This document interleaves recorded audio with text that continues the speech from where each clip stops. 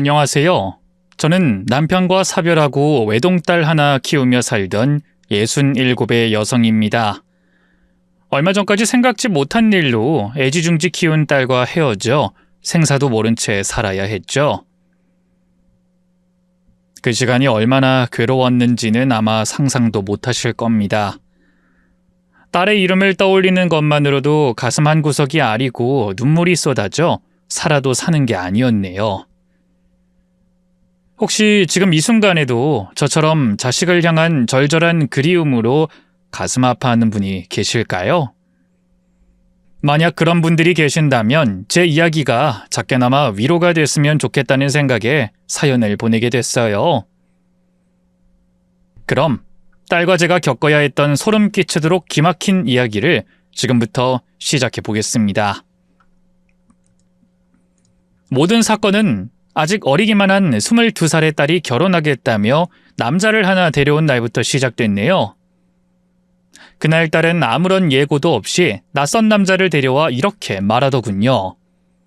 엄마, 나 소개할 사람 있어. 뭐? 너 말도 없이 갑자기 이렇게 들이닥치면 어떡해? 이 사람은 누구? 뭐 남자친구? 응, 나 이 사람하고 결혼할 거야. 아니, 그게 무슨 뚱딴지 같은 소리야? 결혼이라니. 너 아직 대학 졸업도 못했잖아. 학교는 결혼하고 다녀도 되잖아. 그리고 나 지훈 씨만 있으면 아무것도 필요 없어. 대학 졸업장 따위에 미련 없다고. 뭐? 저는 너무 놀라서 말문이 막힌 채 딸의 손을 잡고 서 있는 남자를 바라봤습니다. 그러자 남자가 헛기침을 하더니 경직된 표정으로 입을 열었어요.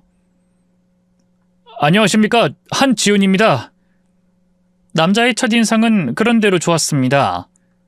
옷차림 단정하지 말투는 어찌나 예의 바른지 어른 공경도 잘하고 직장도 안정적이라고 하더군요. 그런데 저는 그 사람 눈빛에서 이상한 느낌을 받았어요. 그게 뭔지 설명은 못했지만 어딘지 어색하게 거짓으로 웃는다는 느낌이 들더라고요. 저는 시장에서 온갖 사람을 다 상대하며 15년이 넘게 반찬 가게를 해오던 사람이었어요.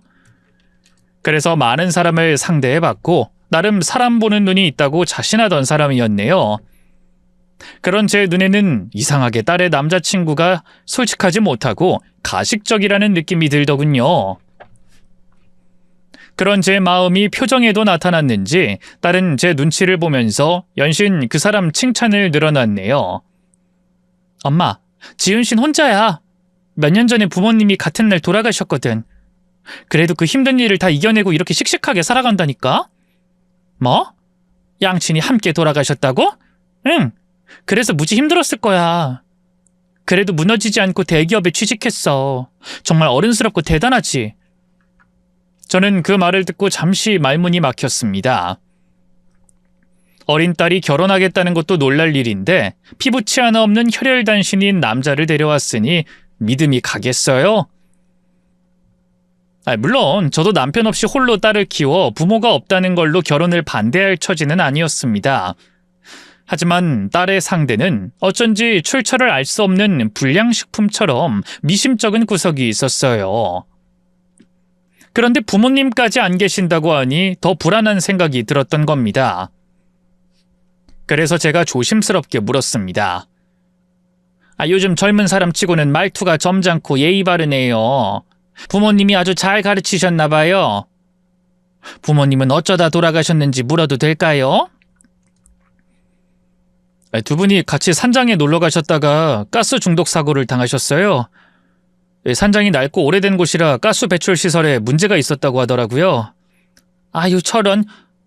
힘든 얘기 물어봐서 미안해요. 갑자기 찾아와서 찬이 없긴 한데 잠깐만 기다려요. 저녁 차릴 테니. 그러고는 다급하게 저녁상을 차리는데 가슴이 계속 방망이질 치는 겁니다. 그래도 집에 찾아온 사람을 홀대할 수 없어 저녁을 준비하긴 하면서도 마음속으로는 연신 결혼을 반대해야겠다고 다짐했어요. 그래서 저는 웃는 낯으로 남자를 배웅한 뒤 딸을 붙잡아 안치고 설득했습니다. 유진아, 넌 아직 어려서 잘 모르겠지만 사람은 겉모습만 보고 판단하면 안 된다. 엄마는 그 사람 눈빛이 좀 마음에 걸려. 아니, 겉으론 웃고 있지만 마음속으로는 딴 생각을 하는 사람 같아. 엄마, 그건 지훈 씨가 오랫동안 혼자 외롭게 살아서 그래. 내가 가족이 돼서 아기 낳고 알콩달콩 살다 보면 따뜻한 사람이 될 거예요. 속은 정말 온화하고 좋은 사람이거든. 난 그걸 알아요. 유진아, 그래도. 하지만 딸은 제 말을 들으려 하지 않고 인상이 굳은 채 자기 할 말만 했습니다. 엄마, 그 사람 진짜 좋은 사람이야. 엄마도 계속 지켜보면 알게 될 거야. 엄마, 설마 지훈 씨가 부모님 안 계신다고 편견 갖는 거야? 그 말에 저는 어쩔 수 없이 언성을 높이게 됐습니다. 지금 네 나이에 무슨 결혼이야? 그리고 너, 저 남자 만난 지 이제 반년도 안 됐다며? 그런 남자랑 무슨 결혼을 한다고 이래? 엄마, 지훈 씨 가족 없는 것만 빼면 정말 완벽한 사람이야. 외로운 그 사람한테 내가 빨리 가족이 되어주고 싶어요. 그럼 엄마는? 엄만 너 아니면 이 세상에 혼자야. 엄마가 홀몸으로 널 어떻게 키웠는지 알잖아. 근데 그런 엄마는 놔두고 만난 지 얼마 안 된 남자랑 이렇게 무리해서 결혼하겠다는 게 이상해. 무슨 다른 이유가 있는 거야? 그러자 딸은 뜨끔한 표정으로 입술을 깨물더니 한숨을 쉬며 말했습니다. 엄마, 나 사실 임신했어요. 벌써 3개월 넘었어. 뭐야? 임신? 죄송해요. 저는 딸의 말에 심장이 덜컥 내려앉아 더는 그 결혼을 말릴 의지도 잃어버리고 말았습니다. 그래서 결국 심장을 도려내는 기분으로 딸의 결혼을 받아들일 수밖에 없었죠. 하지만 예비 사위를 처음 만났을 때 그 눈빛이 내내 마음에 걸렸어요. 웃고 있는 얼굴 뒤에 감춰진 어두운 그림자가 계속 떠올라 밤잠을 설쳐야 했죠. 하지만 딸은 아무것도 모른 채 그저 해맑게 결혼식을 준비했습니다. 그리고 드디어 결혼식 당일이 되었네요. 어린 신부는 그날 세상에서 가장 예뻤습니다. 하얀 웨딩드레스를 입고 절 보며 웃는 모습이 어찌나 눈부시던지. 눈물이 왈칵 쏟아 혼났어요. 혼자 힘으로 아이를 키워오던 날들이 주마등처럼 스치며 만감이 교차한 거죠. 하지만 그게 다는 아니었어요. 웃으며 하객을 맞는 사위를 보면 자꾸만 가슴이 덜컥 내려앉는 것 같은 기분이 들더라고요. 그게 어떤 걸로도 설명할 수 없는 어미의 촉과 직감이었다는 걸 전 나중에야 깨닫게 됐습니다. 그날도 사위는 손님들 하나하나에 친절을 다하며 예의 바르게 행동했어요. 그런데 제 눈에는 그 모든 행동이 지나치게 계산돼 있다는 느낌을 지울 수 없었습니다. 저에게도 어찌나 깍듯하게 행동하는지 사위가 아니라 어려운 어른을 상대하는 것처럼 마음이 불편했어요. 장모님, 오늘 이렇게 귀한 자리 허락해 주셔서 정말 감사합니다. 유진이 행복하게 해주겠습니다. 그래요. 홀몸도 아닌 아이니 잘 부탁해요. 그렇게 말하면서도 계속 불안한 마음은 어쩔 수 없더라고요. 잠시 후 식이 끝나고 딸이 다가와 제 귀에 조용히 속삭였어요. 엄마, 고마워요. 나 지금 너무 행복해. 엄마한테도 정말 잘 사는 모습만 보여드릴게요. 아무 걱정하지 마세요. 딸은 웃으며 말했지만 저는 그 말이 왜 그렇게 슬프게 들렸는지 모릅니다. 그래, 혹시라도 속상한 일이 있거든 그냥 참지 말고 꼭 엄마한테 말해줘야 해. 알았지? 저는 마지못해 웃으며 대답했습니다. 딸의 뱃속에는 새 생명이 자라고 있고 이미 결혼까지 시킨 마당에 어쩔 도리가 있나요? 그저 제 걱정이 괜한 것이길 바라며 행복을 빌어줄 수밖에 없었죠. 며칠 뒤 딸은 신혼여행을 다녀와 사위가 살던 아파트로 들어갔습니다. 집안 곳곳이 사위의 성격을 보여주듯 깔끔하게 정리돼 있더군요. 그런데 모든 게 지나치게 각이 맞는 게 마음에 걸렸죠. 향수, 고급 위스키, 잘 정돈된 책장과 TV 리모컨 배치까지. 살림이 익숙하지 않은 딸이 집안을 그렇게 깔끔하게 쓸고 닦을 수 있을지 걱정이 되더라고요. 아니나 다를까 결혼 후에 딸은 한숨을 쉬며 이런 말을 한 번 했습니다. 엄마, 지은 씨가요. 식재료는 자기가 고른 것만 쓰게 해요. 냉장고 문도 함부로 열지 말라고 하고요. 뭐라고? 냉장고를 왜? 그게 지은 씨는 정리 안 된 거 보면 예민해진다네. 아마 혼자 살아온 시간이 길어서 그런가 봐요. 그 말을 듣고 저는 다시 한번 경계심이 들었습니다. 사위가 유난스러운 성격이란 건 신혼집을 보고 대충 눈치챘지만 그런 식의 통제는 어딘가 이상했죠. 그래서 저는 조심스럽게 물었습니다. 한서방, 혹시 결벽증이 있는 거 아니니? 그런 사람이랑 살면 힘들 텐데. 아휴, 역시 속을 알 수 없는 사람 같다. 에이, 그 정도는 아니에요. 그냥 많이 깔끔하긴 한데 뭐 더러운 남자랑 사는 것보단 낫지. 그러고는 별일 아니라는 듯 넘기려 하더군요. 하지만 얼마 후 저의 불안이 현실이 되는 사건이 일어나고 말았습니다. 딸이 결혼하고 2달쯤 지났을 무렵이었어요. 평소처럼 퇴근 시간에 맞춰 딸에게 전화를 걸었는데 전화기가 꺼져 있더군요. 그래서 문자를 보냈지만 읽지 않았고 며칠이 지나도록 연락이 없더라고요. 물론 이틀 정도는 그러려니 했습니다. 하지만 사흘, 나흘이 지나도 연락이 되지 않자 온갖 생각이 다 들더라고요. 그래서 참다 못한 제가 사위에게 전화를 걸었죠. 한서방, 유진이랑 연락이 안 되네. 무슨 일 있어? 아, 장모님, 걱정하지 마세요. 요즘 유진이가 피곤해 하더라고요. 아마 임신 초기라 그런가 봐요. 집에 오면 핸드폰도 꺼놓고 잠만 자네요. 아이, 그래도 연락 한 번은 줘야지. 엄만 걱정하고 있는데. 죄송합니다, 장모님. 대신 제가 자주 연락드릴게요. 사위는 아무렇지 않은 듯 말했지만 전 그때도 불안한 기분을 감출 수가 없었어요. 결혼 전 딸은 아무리 회사 일이 바쁘고 친구들과 놀고 있어도 걱정하는 저를 위해 전화는 꼬박꼬박 받던 아이였거든요. 그래서 불길한 생각이 들어 딸의 집으로 찾아가 보려다 몇 번인가 망설였습니다. 평일에는 딸이 회사에서 늦을 것 같고 주말에 가면 사위와 마주칠 것 같아 내키지 않더라고요. 그런데 제가 그렇게 고민하는 사이 예상치 못한 일이 일어나고 말았네요. 결국 몇 주가 지나도록 연락이 없던 딸이 걱정돼 찾아갔더니 아무리 문을 두드려도 인기척이 없더군요. 그래서 다급하게 경비 아저씨에게 물었죠. 아저씨, 701호 사람들 요즘 무슨 일 있는 거 아니죠? 그랬더니 황당한 답이 돌아왔습니다. 아, 그 신혼부부요. 얼마 전에 이사 갔어요. 미국으로 갔다던데요. 그 말에 저는 다리가 풀려 그 자리에 주저앉고 말았습니다. 딸이 저에겐 아무 말도 안 하고 미국으로 떠났다니 믿을 수가 없었네요. 그날 밤 저는 딸의 사진을 붙잡고 목 놓아 울었습니다. 유진아, 네가 도대체 어떻게 이럴 수가 있어? 엄마한테 말도 안 하고 그 먼 곳으로 떠나다니? 엄마가 이걸 믿어야 하는 거니? 그 뒤로 며칠간 전 고민과 갈등으로 잠을 이룰 수 없었어요. 딸이 말도 없이 절 버리고 떠났다는 걸 받아들이기 힘들었죠. 그러자 혹시 유진이한테 무슨 일이 있는 건 아닐까? 하는 생각까지 들더군요. 아무리 생각해도 외동딸을 목숨처럼 아끼는 절 무시하고 떠날 애가 아니었거든요. 그런데 며칠 후 그런 제 믿음을 깡그리 무너뜨리는 일이 일어났습니다.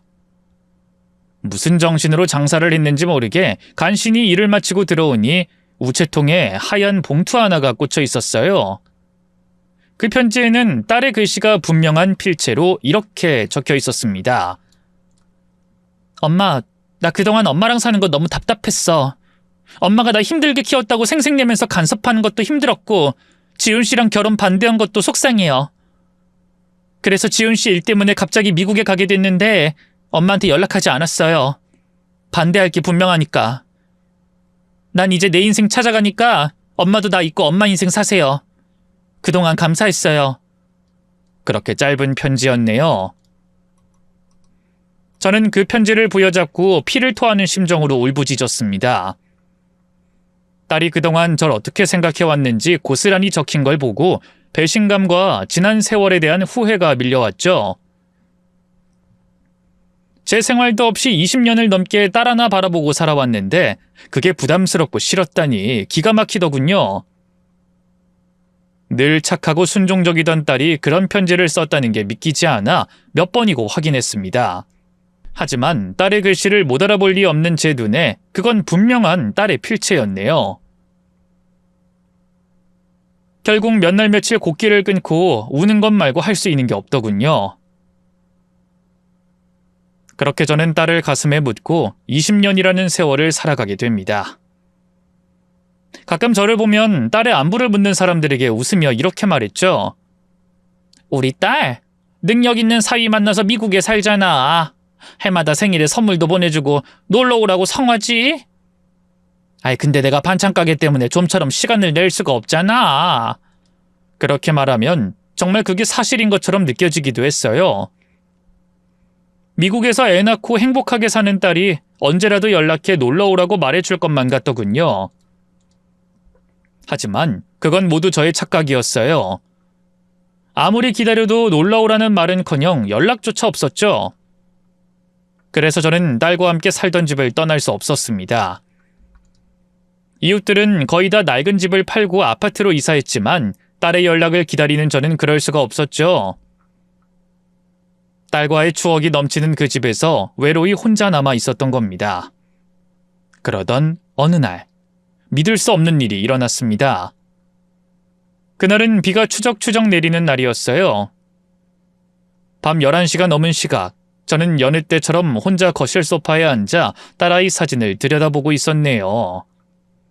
그때였습니다. 현관문에서 똑똑하고 아주 조용한 노크 소리가 들렸어요. 저는 깜짝 놀라서 몸이 떨리기까지 했어요. 찾아올 사람이라고는 없는 집에 늦은 시간 노크 소리가 들리니 갑자기 무서운 생각이 들더라고요. 그래서 조심스럽게 문 앞에 다가서자 사람의 인기척이 느껴졌습니다. 누구세요? 제 물음에 몇 초간 침묵이 흘렀어요. 그러더니 낮고 떨리는 목소리가 들려왔죠. 엄마, 저예요. 유진이에요. 순간 심장이 쿵 하고 내려앉았습니다. 잠시 정신도 멍해져 문고리를 잡은 손이 부들부들 떨렸죠. 저는 심호흡을 한 뒤 조심스럽게 문을 열었어요. 그러자 거짓말처럼 눈앞에 선 딸의 모습을 보고 저는 그대로 바닥에 주저앉고 말았습니다. 유진아, 정말 유진이니? 우리 딸 맞아? 저는 낯선 딸의 모습에 할 말을 잃고 선뜻 다가가지 못했어요. 그토록 그리워하던 딸이 분명했는데 제가 알던 유진이가 아니었기 때문이죠. 딸은 한눈에 봐도 몹시 말라 있었고 눈밑은 퀭하게 꺼져 있었어요. 머리도 마구 헝클어져 있고 옷차림은 너덜너덜했죠. 무엇보다 똘망똘망하던 딸의 눈빛이 멍하게 흐려져 있었습니다. 그런 모습을 보고 놀란 제가 말을 잇지 못하자 딸이 먼저 더듬거리며 입을 열었어요. 엄마, 나 좀 빨리 어디에 숨겨주세요. 제발요. 딸은 떨리는 두 손으로 저를 붙잡고 무릎을 꿇었습니다. 그 모습에 저는 정신이 아득해졌죠. 딸에게서는 다른 말로 표현할 수 없는 절박함이 느껴졌네요.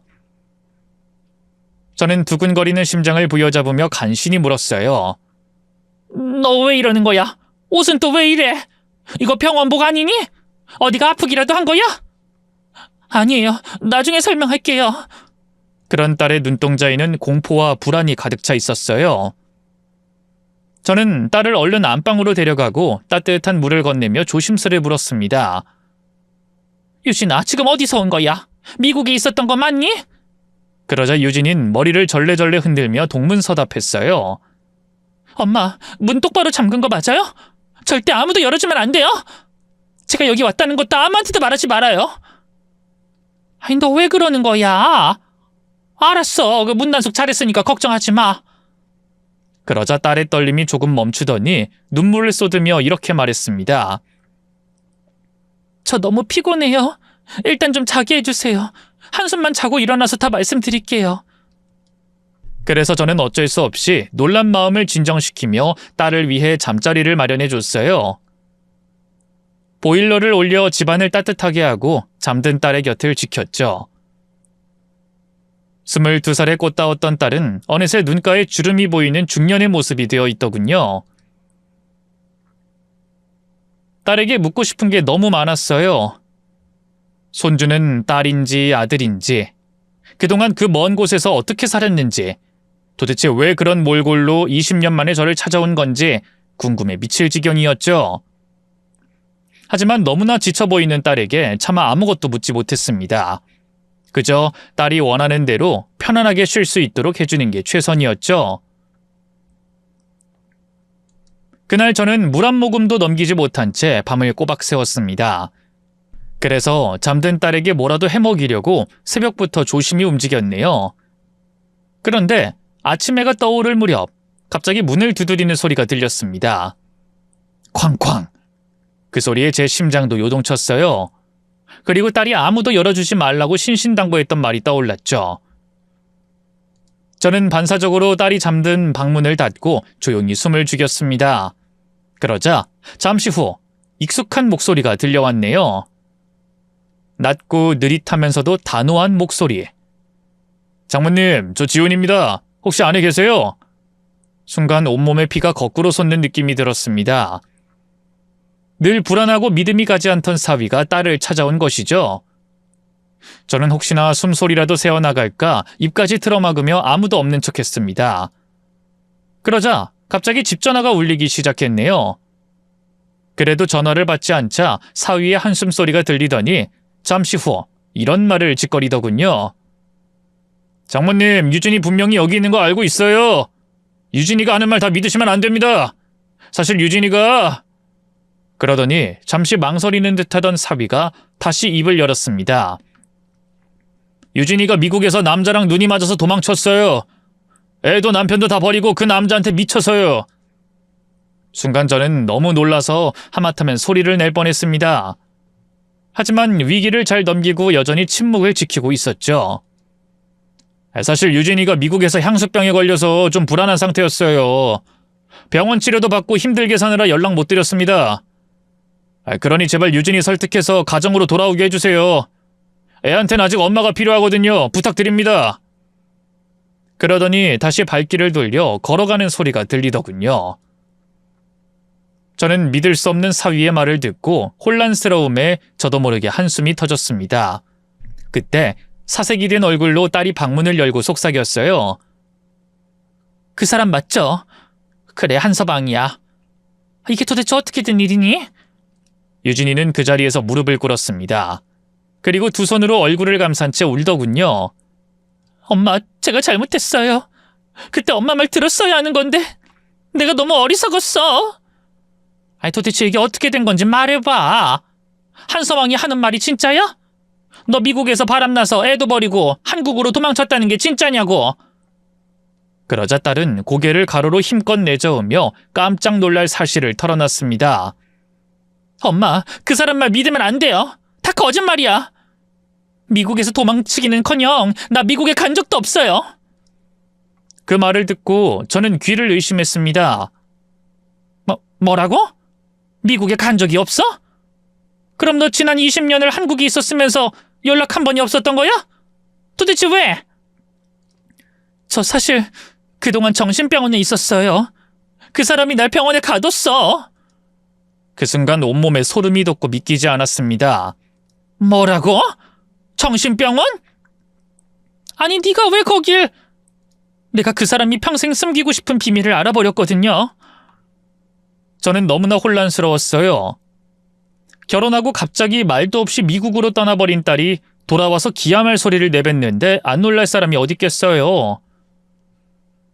저는 떨리는 목소리로 물었죠. 근데 아까 한서방은 이상한 소리라더라. 네가 향수병 때문에 불안정한 상태였다고. 혹시 그래서 입원한 건 아니니? 말도 안 돼요. 아예 미국에 간 적이 없다니까요. 그럼 아이는? 애도 한국에서 낳은 거야? 그 말에 딸은 갑자기 눈빛이 흔들리며 오열했어요.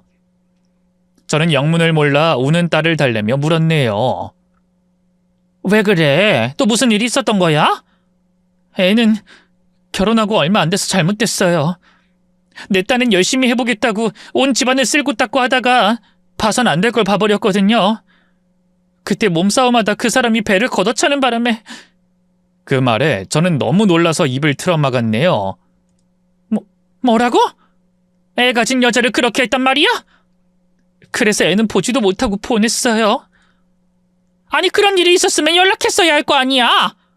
이 엄마가 있는데 왜 그런 일을 혼자 당하고 있었어? 그 사람이 제가 아프다면서 회사에도 마음대로 사표를 내고 핸드폰도 뺏었어요. 그러더니 미국에 간다고 편지를 쓰라고 하더라고요. 뭐야? 그럼 그 편지가 협박당해서 쓴 거란 말이야? 어쩔 수 없었어요.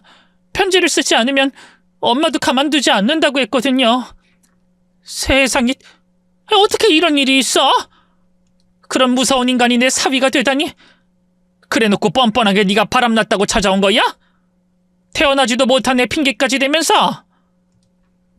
저는 진실을 알게 될수록 사위가 너무나 무섭게 느껴졌어요. 그런 사위와 사느라 얼마나 괴로웠을지 딸이 안쓰러워 눈물이 났네요. 모든 사실을 털어놓고도 딸은 두려움에 떨며 말했어요. 병원에서도 제 말은 아무도 믿지 않았어요. 다들 그 사람 말만 믿고. 그래서 도망치다 잡혀오길 몇 번이나 반복했는지 몰라요. 그런 딸을 바라보며 전 스스로에게 다짐하듯 딸의 손을 잡고 말했습니다. 이제 괜찮아, 유진아. 엄마가 널 지킬 거야. 20년 전엔 못했지만 이번엔 반드시 그 악마 같은 인간한테서 널 구해줄 거다. 그날 저는 얼음장처럼 차가운 딸의 손을 잡고 다짐했습니다. 딸의 인생을 철저하게 망가뜨린 그 인간의 정체를 제가 반드시 밝혀내겠다고 말이죠. 그날 이후 저는 딸을 데리고 경기도 인근에 있는 친구네 별장으로 거처를 옮겼습니다. 제 친구가 암으로 투병하는 남편을 위해 마련한 별장이 있었거든요. 아픈 사람은 몇 년 전에 떠났지만 차마 처분할 수 없어 비워둔 곳이었죠. 저는 친구에게 대충 상황을 둘러대고 그 별장에 숨어들었어요. 몸이 안 좋아 공기 좋은 곳에서 쉬고 싶다고 한 거죠. 다행히 친구는 그런 제 부탁을 들어줬네요. 그래서 또다시 사위가 들이닥칠 두려움에서 좀 벗어날 수 있었네요. 하지만 완전히 안심되진 않더라고요. 그래서 낮에도 커튼을 치고 조용히 살았습니다. 딸도 외출은커녕 방 안에서 하루 종일 웅크리고 지냈고요. 냉장고 문 여는 소리만 나도 놀라서 숨는 딸을 볼 때마다 제 심장은 매번 천길 낭떠러지로 떨어지는 기분이었죠. 하지만 계속 숨어 지낼 수만은 없었습니다. 제가 움직이지 않으면 그 인간이 지구 끝까지 찾아올 테고 다음엔 정말 다시 딸을 빼앗길 수도 있으니까요. 그래서 저는 어떻게든 그 망할 인간의 정체를 파헤치기 위해 탐정의 힘을 빌리기로 했어요. 어디선가 들으니 예전 흥신소라는 곳으로 불리던 곳이 정식으로 허가를 받아 탐정사무소로 운영된다고 하더라고요. 며칠 후 저는 문단속을 단단히 하고 딸을 남겨둔 채 한 탐정사무소로 찾아갔습니다. 그리고 그간의 이야기를 전하며 남자의 정체를 밝혀달라고 부탁했죠. 얘기를 듣던 탐정도 혀를 내두르며 이렇게 말했어요. 이야, 제가 퇴직하기 전에 30년을 형사로 일했는데 이런 악질은 또 처음이네요. 범죄자들도 지 자식이랑 마누라한텐 잘하는데. 걱정하지 마십시오. 제가 어떻게든 실체를 밝혀서 도와드리도록 하겠습니다. 잘 부탁드립니다. 제 딸이 잃어버린 20년을 한풀이할 수 있도록 도와주세요. 네, 저도 이런 인간들 멀쩡히 세상에 돌아다니는 거 두고 볼 수가 없네요. 30년 형사경력 총동원해서 파헤쳐 보겠습니다. 저는 그런 탐정의 말을 믿고 무거운 발걸음으로 별장에 돌아왔습니다. 불안에 떠는 딸을 챙기느라 한동안 가게에도 나갈 수 없었죠. 일주일 후 드디어 탐정에게 연락이 왔습니다. 그런데 저를 본 탐정이 굳은 얼굴로 이런 말을 하더군요. 먼저 이 기사를 좀 봐주시겠어요? 네? 부모 살해 용의자 증거 불충분으로 풀려남? 아니, 이게 저희 애 남편이랑 무슨 관련이 있나요? 따님이 결혼하기 몇 년 전에 발생한 사건입니다. 부모가 아들과 산장에 놀러 갔다가 가스 누출 사고가 나는 바람에 동시에 사망했어요. 근데 함께 그 산장을 찾았던 아들만 친구가 다쳤다며 급하게 서울로 오는 바람에 화를 면했습니다. 어머나, 한서방, 아니 우리의 남편도 부모님이 가스 사고로 돌아가셨다고 했는데. 그렇죠. 여기서 혼자 살아남은 사람이 바로 그 남자입니다. 네? 아니 그럼 그 일로 한서방이 조사까지 받았었다는 말인가요? 네. 그래서 좀 알아봤더니 미심쩍은 부분이 한두 개가 아니더라고요. 그래요? 어떻게요? 친구가 많이 다쳐서 가족여행도 포기하고 서울로 돌아왔다는데 실상 그 친구의 진로 기록지엔 그냥 단순 타박상이라고만 기록돼 있었어요. 네? 그리고 그 사건이 종결된 후에 한지훈이 부모 앞으로 된 거액의 사망보험금과 유산을 전부 상속받았어요. 뭔가 냄새나지 않나요? 그 말에 등줄기를 타고 서늘한 기운이 흘러내렸어요. 저는 긴장으로 땀이 흥건한 손을 꼭 쥐며 물었습니다. 그럼 탐정님은 혹시 그 일이 저희 사위, 아니 애 남편이 그랬다고 생각하시는 건가요? 제 직감엔 뭔가 관련이 있다는 생각이 드네요. 한 번 더 파봐야 할 것 같은데 시간을 좀 더 주실 수 있나요? 서둘러 주세요. 그 인간이 언제 또 저랑 애 근처에 나타날지 몰라서 외출할 때마다 너무 두렵거든요. 알겠습니다. 그리고 이 일 말고도 따님이 정신병원에 감금돼 있었다는 걸 밝혀야 합니다. 시간을 아끼려면 병원 이름을 알아내는 게 중요해요. 정신병원과 그 남자의 유착관계를 알아내야 하거든요. 알았어요. 오늘 딸한테 물어보겠습니다.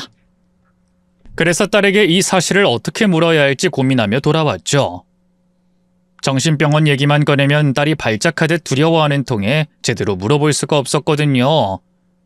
헌데 그날 집에 돌아와 문을 열자 저를 기다리던 딸과 눈이 마주쳤습니다.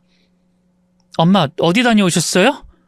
유진아, 우리가 한서방을 이기려면 네가 두려움을 극복해야 해. 네가 이번에 있던 병원 이름이 뭐였는지 말해줄 수 있니? 제 말에 딸은 여전히 두려운 듯 한참 말이 없더니 용기를 내 간신히 입을 열었습니다. 강원도에 있는 효성 정신병원이에요. 그랬구나. 아유, 용기 내줘서 고맙다. 이제 나머지는 네 엄마한테 맡겨. 이제 시작이야. 우리 지난 고통을 잊을 수 있도록 힘내보자. 그렇게 말하며 떨고 있는 딸을 꼭 안아줬습니다. 효성 정신병원. 유진이가 입을 떼준 순간 저는 그 이름을 마음속에 단단히 새겼습니다. 이제 물러설 수 없다는 것을 저도 알고 있었으니까요. 며칠 후 간단히 외출복을 챙겨 입고 집을 나섰습니다. 가지 말라고 붙잡는 딸에게 저는 이렇게 말했어요. 엄만 이대로 억울해서 못 살아. 널 이렇게 만든 인간 벌받게 할 거야. 진료 기록지를 보려면 꼭 가족 확인이 필요하다니까 엄마가 다녀올게. 그렇게 말하고 딸의 손을 꼭 잡아줬습니다. 하지만 딸은 안심이 되지 않는지 눈동자가 흔들렸어요. 엄마 조심해서 갔다 올게. 절대 무리 안 해. 그래서 저는 아이에게 문단속을 신신당부하고 탐정을 만나 함께 강원도의 정신병원으로 향했습니다. 외관은 그저 평범한 정신과 병원처럼 보였지만 제가 그곳을 올려다보는 시선은 달랐습니다. 제 딸이 20년간 벗어나고 싶어 도망치다 잡히길 반복한 끔찍한 병원이었으니까요. 저는 탐정의 코치를 받고 접수대로 다가가 말했습니다. 안녕하세요. 혹시 20년 전쯤 입원했던 환자 기록 좀 확인할 수 있을까요? 그러자 접수대 직원은 당황한 듯 물었습니다. 보호자분이세요? 예, 제가 엄마입니다. 직원은 잠시 망설이다가 이렇게 말하더군요. 잠시만요.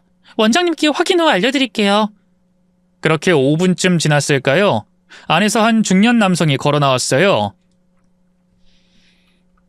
차림새는 깔끔했지만 눈빛은 어딘가 딱딱하게 굳어 있더군요. 환자 보호자 되세요? 예, 그렇습니다. 제 딸이 이 병원에 있었다고 하더군요. 환자 성함이 김유진입니다. 여기에 오랜 시간 입원해 있었다고 들었습니다. 그는 쓱 한번 입맛을 다시더니 조용히 말했습니다. 죄송하지만 저희 병원은 지정된 보호자 동의 없인 환자 진료 기록 열람이 어렵습니다. 그리고 오래된 자료는 이미 폐기됐을 수도 있고요. 제가 그의 엄마예요. 이 병원에 입원해 있는 바람에 20년 동안 생이별을 했다고요. 부모도 모르게 애를 가둬놓고 무슨 일이 있었는지 알려주지도 않겠다는 건가요? 내 딸은 이 병원을 탈출했어요. 당신들이 멀쩡한 사람을 가둔 일 절대 그냥 넘어가지 않을 거라고요. 제 말에 원장은 표정을 굳혔습니다. 이 병원은 그런 식으로 운영되지 않습니다. 근거 없는 말은 조심하세요. 자칫 명예훼손으로 이어질 수 있습니다. 그 말을 듣는 순간 가슴속에서 불길이 확 치솟았습니다. 명예훼손?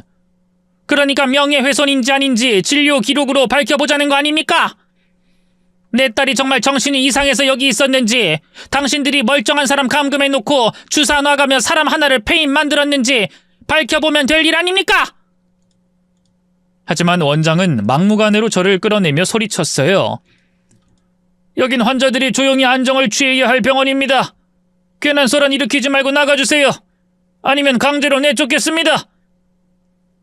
서슬퍼런 남자의 말에 저는 두려움이 몰려와 어쩔 수 없이 꼬리를 내리고 돌아서야 했네요. 그러자 뒤로 원장실의 문이 쾅 하고 닫히는 소리가 들려왔어요. 저는 어쩔 수 없이 만일의 사태를 대비해 병원 주차장에서 기다리고 있는 탐정에게 전화를 걸어 이렇게 말했습니다. 틀린 것 같아요. 절대 기록을 줄 수 없다고 하네요. 그래요? 어쩔 수 없죠. 탐정까지 나선 걸 알면 남자 쪽으로 연락할까봐 사모님 혼자 들어가시라고 한 건데 제가 다른 방법으로 알아보겠습니다. 시간을 좀 줄여보려고 선택한 건데 쉽지 않네요. 그런데 그 순간 좀 전에 접수대에서 마주쳤던 직원이 다급하게 다가와 종이 한 장을 내밀며 속삭였어요. 김유신 씨 입퇴원 기록지 4번이에요. 여기 보면 남편분이 강제 입원을 요청하셨다는 내용이 있어요. 제가 드렸다는 말은 절대 하지 말아주세요. 그러더니 주변을 둘러보곤 아무 일도 없었다는 듯 돌아섰죠. 저는 그 직원을 향해 조그만 목소리로 인사했네요. 감사합니다. 정말 감사합니다. 저는 그 증거를 가슴에 품고 발걸음을 옮겼습니다. 이제야 퍼즐의 첫 조각을 찾은 기분이었어요.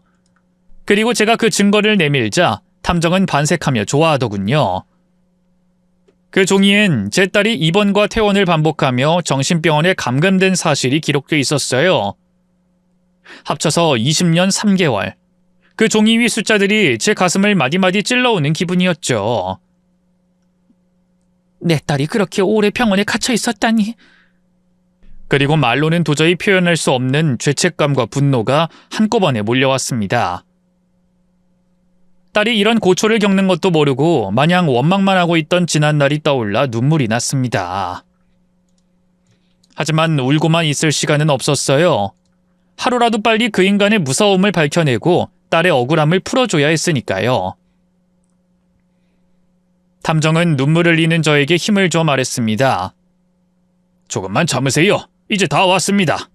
한지윤의 민낯이 만천하에 드러날 시간이 얼마 안 남았어요. 제가 그 인간이 자기 부모의 죽음과 무관하지 않다는 증거를 거의 다 확보했거든요. 그게 정말이세요? 네. 생각보다 더 큰 판이 펼쳐져 있더라고요. 그러니 기운 내세요. 감사합니다. 딸을 봐서라도 제가 정신을 차려야죠. 그렇게 힘을 내기로 다짐하고 딸에게 돌아왔죠. 그런데 며칠 후 갑자기 낯선 번호로 전화가 걸려왔습니다. 저는 알 수 없는 불안감을 느끼며 조심스럽게 전화를 받았죠. 그러자 목소리만으로도 저를 얼어붙게 만드는 그 인간이 낮은 소리로 으르렁거리며 이렇게 외쳤네요. 장모님, 유진이 어디로 빼돌리셨나요? 제가 그렇게 말씀드렸는데 못 알아들으셨어요? 생각 잘하셔야 합니다. 그 애가 정말 정신이 온전하다고 생각하세요? 정신 나간 딸내미 말만 믿고 뭘 하시려고요? 그 말에 저는 피가 거꾸로 솟는 줄 알았어요. 그래서 이를 악물고 대답했죠. 내 전화번호는 어떻게 알았나? 내 딸이 어떤 상태인지 누구보다 내가 잘 알아. 넌 이제 그 추악한 얼굴 세상에 들고 다닐 수 없을 거라고! 그 말에 그는 잠시 말을 멈추고 소름 끼치는 웃음소리를 내더군요.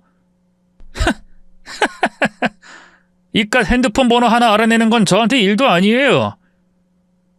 근데 장모님은 뭘 알 수 있어요? 엄연히 전 유진이 남편이라고요.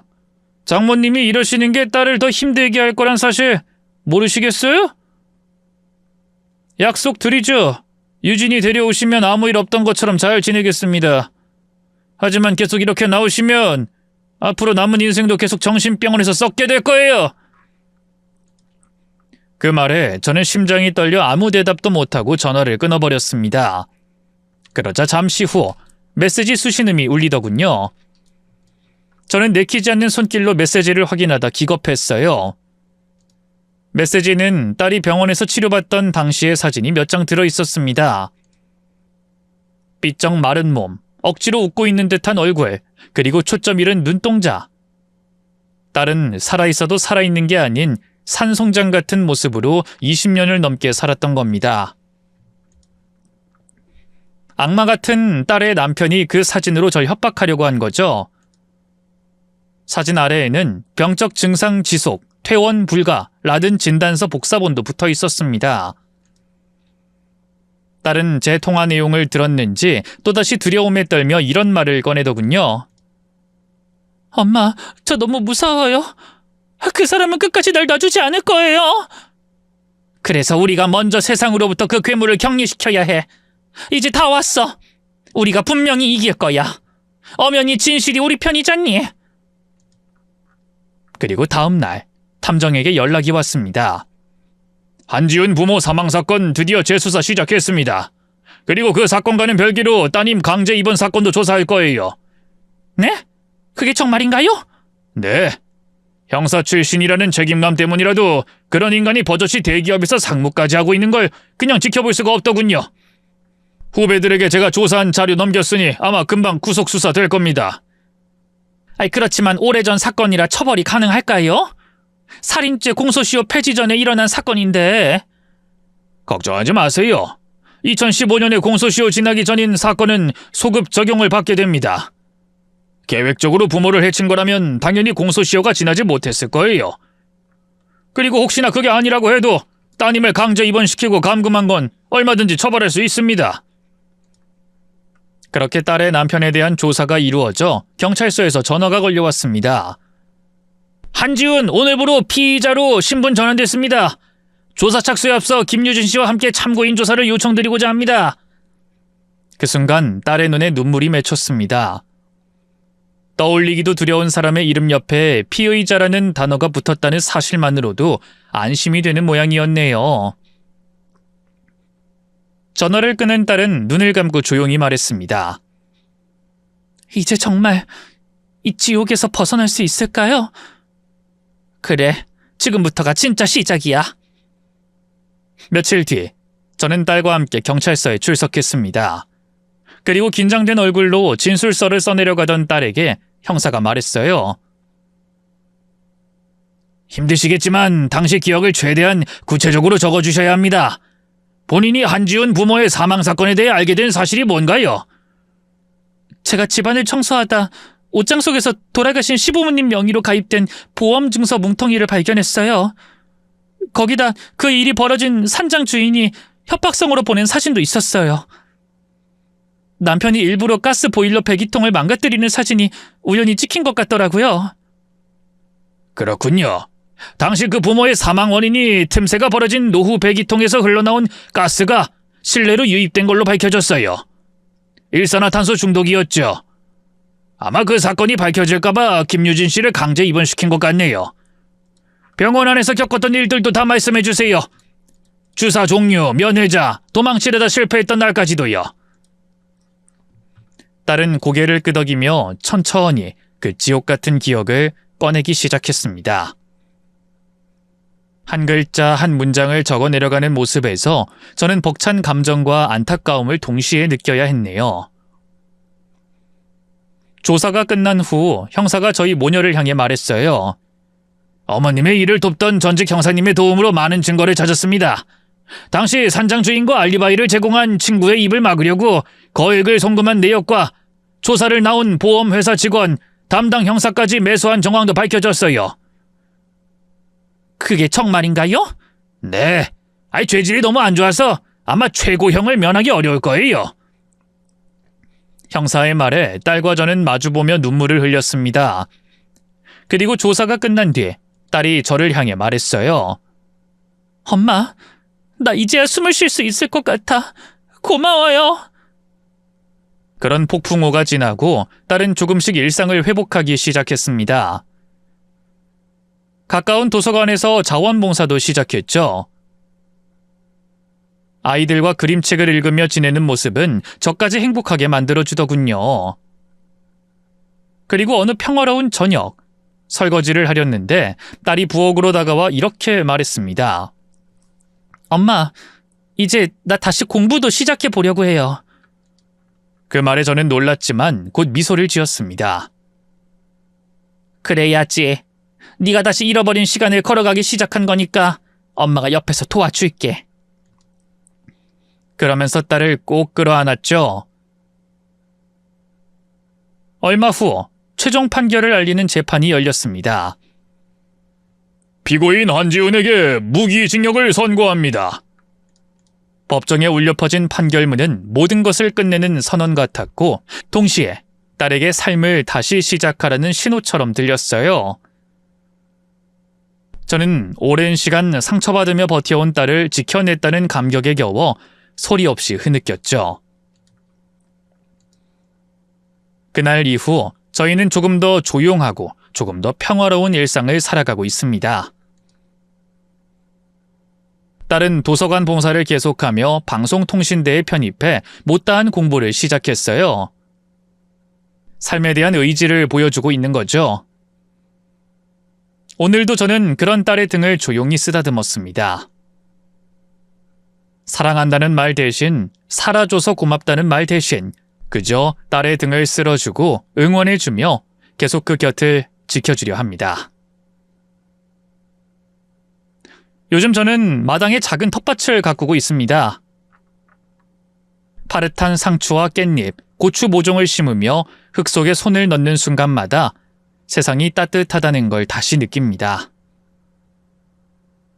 봄이 돌아왔고 그 봄 속에 제 딸도 돌아왔습니다. 딸의 웃음이 집안에 맴돌고 제가 내놓은 된장국 냄새에 행복해하는 모습을 볼 수 있는 요즘이 그 어떤 때보다 행복합니다. 어느 날 딸이 문득 저에게 물었어요. 엄마, 내가 그때 엄마 말 어기고 결혼해서 정말 미웠지. 죄송해요. 저는 고개를 저었습니다. 그런 말 하지 마. 넌 위기를 넘기고 집으로 돌아왔잖아. 엄만 그것만으로도 충분히 고마워. 이제 저희는 길의 끝이 아니라 새로운 시작선에 서 있습니다. 앞으로 얼마나 더 많은 날이 남아있을진 모르지만 그 하루하루가 딸의 손을 잡고 걷는 길이라면 저는 더 바랄 것이 없답니다. 이 사연을 쓰며 저도 제 인생을 다시 돌아보고 다시 살아갈 힘을 얻었습니다. 세상의 모든 엄마들에게 그리고 모든 딸들에게 이 이야기를 전합니다. 당신은 결코 혼자가 아니라고.